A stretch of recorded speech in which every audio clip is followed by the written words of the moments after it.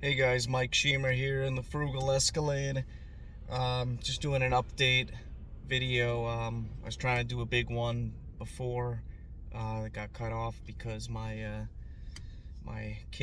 phone holder fell off the dashboard. A cheap phone holder, so that was my fault. So in this video, I'm just gonna go over my investment updates for my main portfolio, my personal portfolio, not my IRA. So it's been about a month or so, and I have made updates to my my ETF holdings. So now I'm pretty much doing again around $2,000 or $2,100 per month for weekly passive income with usually minimal NAV erosion. Trying to get that down to nothing or as close to nothing as possible. So for weeklies, I have Roundhill, QDTE, XDTE, RDTE, and YBTC.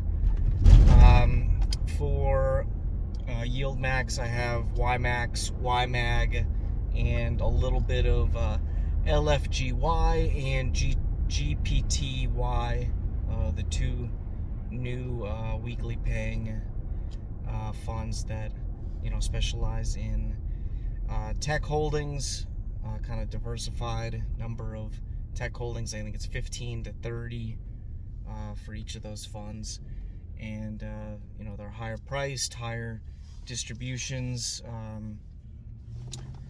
somewhat diversified, and they also have exposure to crypto related holdings, or at least the LFGY one does.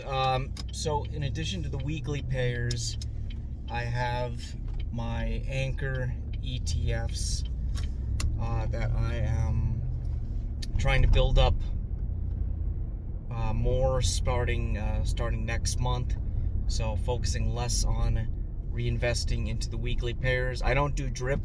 I don't do it automatically. I take all the dividends and distributions and I reinvest usually 80, 90, or 100% of them every week into more weekly pairs and these anchor ETFs, which don't pay much in terms of dividends, and they pay quarterly, but hopefully they get some growth as well and track the S&P and the NASDAQ. So those anchor ETFs of mine are SPLG, which is basically VOO but cheaper,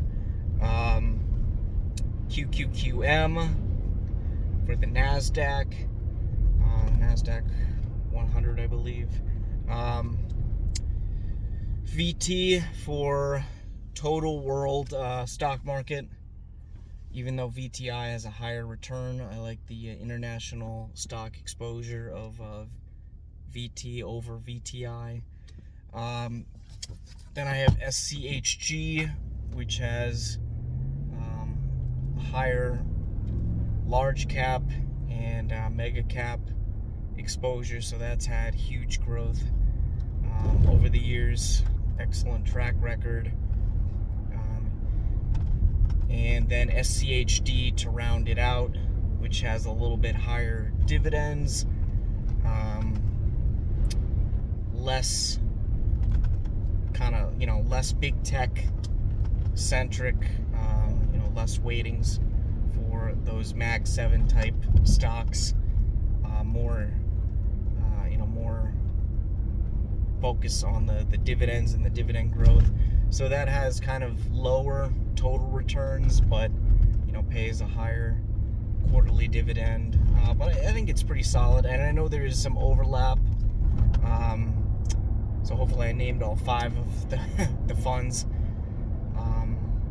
for my anchor ETFs. But I know there is some overlap, but I think it covers all my bases, and I might get rid of one of those at some point, if there is too much redundancy. But I'm comfortable with those, kind of building those up. So going forward, now that I've built up my weeklies pretty high, I am continuing to, dollar cost average some of them, increase the total number of weekly payer holdings, increase my number of shares every single week. But now I'm going to be focusing on reinvesting a little less in those weekly pairs and building up those anchors more, just for long-term portfolio success and to minimize any NAV reduction in my overall portfolio. So if I do have some of that erosion, that some of these anchor funds will help kind of maintain or grow my overall NAV, and just kind of hedge my bets. Of course, you don't want to have every single dollar you own in high yield income ETFs, and there's plenty of people that do, and they've done extremely well. And I've had a lot of my money in those at times, and there's nothing wrong with it. But anyways, so that's just my updated portfolio. I know I spent a little longer than I probably should have on that, but I'm very passionate about ETFs. Trying to educate myself as much as possible about everything related to ETFs and the stock market and crypto holdings. Being more active on X. If you want to follow me below, x.com/Mike Schemer. I spend too much time on there, but I am looking to really do a better job on these videos and expand my ETF media. So I'm starting an email newsletter, which you'll see below as well. I'm going to be creating, if I have the time, creating some good video interviews and podcasts, going on other shows and having guests, either retail investors or ETF industry professionals, do some exclusive interviews or some interviews with the unsung heroes of the industry, or even the top people like the CEOs, COOs, and VPs, those types of positions, portfolio managers. Kind of the sky could be the limit. It really depends on if I can put in that time and effort and ensure that I do the best job I possibly can. So I have a lot of things in the works. I'm hoping to at some point attend more bell ringings or some ETF conferences or some professional events, continue to learn from the best in the industry, formally or informally, possibly even work directly in the ETF industry at some point in a kind of an entry to mid-level position, at least to start out. I think I can bring some value to certain newer or smaller ETF companies or certain product lines, but that's my opinion. The market will speak for itself.